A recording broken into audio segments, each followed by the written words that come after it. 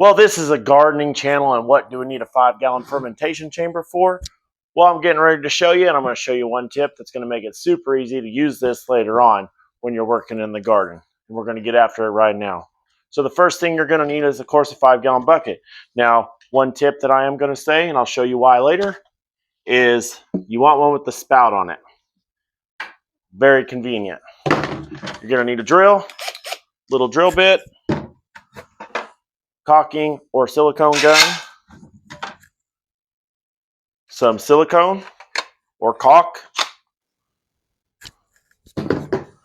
a reused mason jar. This was salsa of some kind, a little piece of hose, cobbed it from my fish tank. I have to replace it anyway. So, and then of course, the piece of resistance, the bung to the spout on the 5-gallon bucket lid. All right, so to start this process, we're going to go ahead and take the bung and we're going to drill a hole in it. And then we're going to screw it right back onto the lid.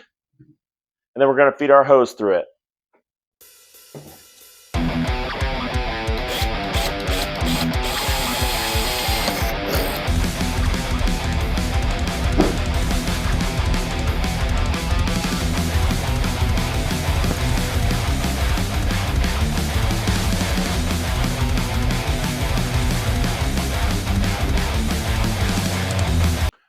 All right, and after you're done with that, you go ahead and you take your caulking gun and you just put a little bead, caulk, silicone, however you want to say it, around the top, like so.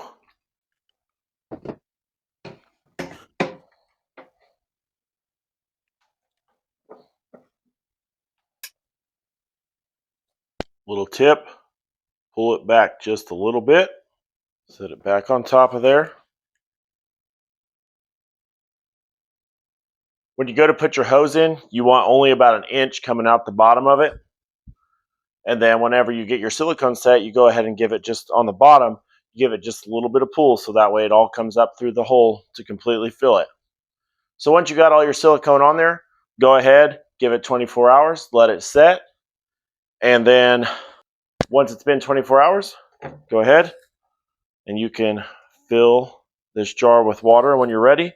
And what will happen is as the gas builds up inside of here, it goes up through the tube. I'll probably shorten this hose just a little bit once it's all set.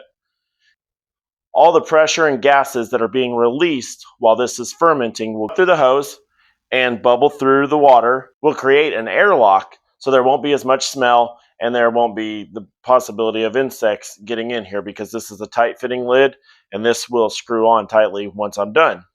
So the reason why we're going ahead and building this is because I'm going to start making my own homemade fertilizers.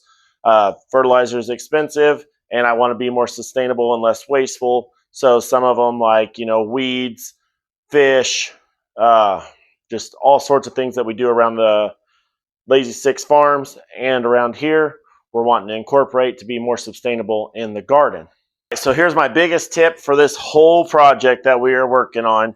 And that is the fact that this spout.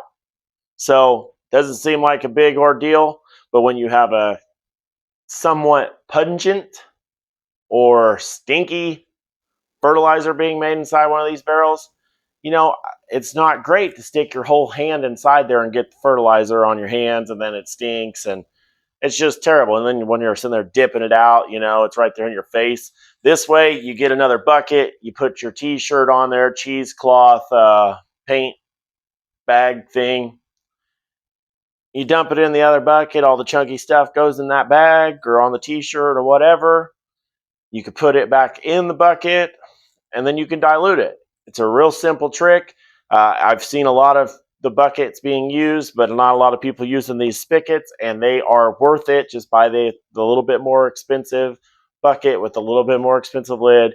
Save yourself all the hassle of dealing with trying to strain this out of this bucket by hand when you can legit just pick it up and give it a dump. And that's why we don't put a hole in the actual bucket lid instead of over the bung.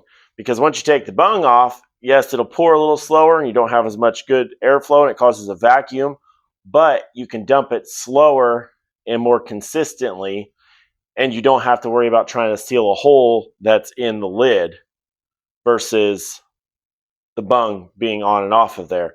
It keeps everything intact. It's very nice. It's very convenient. I'm going to do another seed planting, so let me know what you want me to see me do in the indoor garden down in the comments below. Go ahead and hit that subscribe button, and we hope to see you in the next one.